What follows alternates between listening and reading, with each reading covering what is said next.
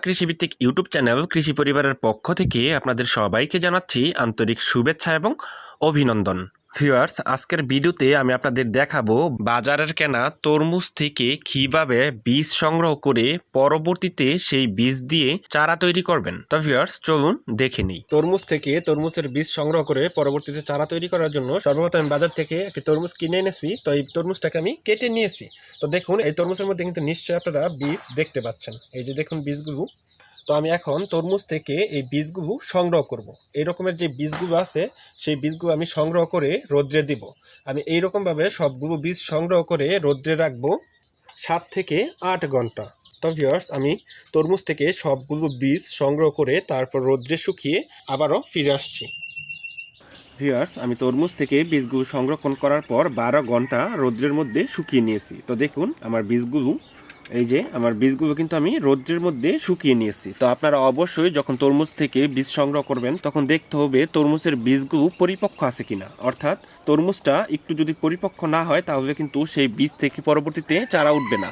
আমরা যে কোনো ধরনের তরমুজ থেকে যদি বীজ সংগ্রহ করি তাহলে কিন্তু সেই তরমুজের বীজ থেকে পরবর্তীতে চারা উঠবে না। তো ভিউয়ার্স, এখন কিন্তু আমি এই বীজগুলো চাইলেই টবে, সিমেন্টের বস্তায় অথবা মাটিতে লাগিয়ে দিতে পারি।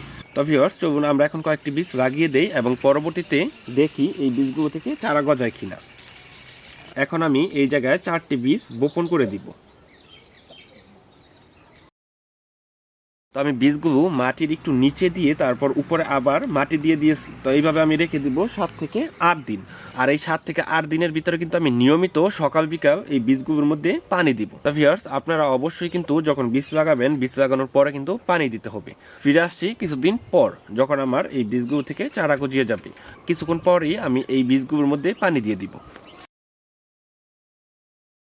ভিউয়ার্স, আমি যে তরমুজের বীজগুলো লাগিয়ে দিয়েছিলাম, তো সেই বীজগুলো থেকে দেখুন কত সুন্দর চারা গজিয়ে গেছে। অর্থাৎ আমরা এখন বলতেই পারি যে তরমুজ থেকে বীজ সংগ্রহ করে পরবর্তীতে সেই বীজ থেকে আমরা চারা উঠাতে পারবো। তো আমি এই ভিডিওটির মাধ্যমে আপনাদেরকে দেখিয়েছি যে কিভাবে তরমুজের থেকে বীজ সংগ্রহ করে পরবর্তীতে সেই বীজ দিয়ে চারা উঠাতে হয়।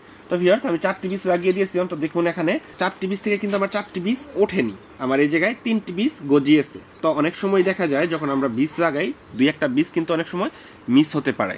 তো এটা প্রাকৃতিক কারণেও মিস হতে পারে, অনেক সময় বীজ ভালো না থাকলেও মিস হতে পারে।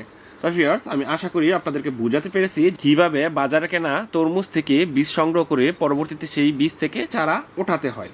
তো ভিউয়ার্স, এই ছিল আমার আজকের ভিডিও। যদি ভিডিওটি আপনাদের কাছে ভালো লেগে থাকে তাহলে অবশ্যই লাইক, কমেন্ট এবং শেয়ার করবেন। পরবর্তীতে আপনারা কী ধরনের ভিডিও দেখতে চান তা অবশ্যই কমেন্ট বক্সে কমেন্ট করে জানাবেন। আমি আপনাদের কমেন্টের উপর ভিত্তি করে পরবর্তীতে আরও নতুন নতুন সুন্দর সুন্দর ভিডিও নিয়ে হাজির হব। ততক্ষণ পর্যন্ত সবাই ভালো থাকুন, সুস্থ থাকুন, এই কামনা করে আজকের মতো বিদায় নিচ্ছি। আসসালামু আলাইকুম।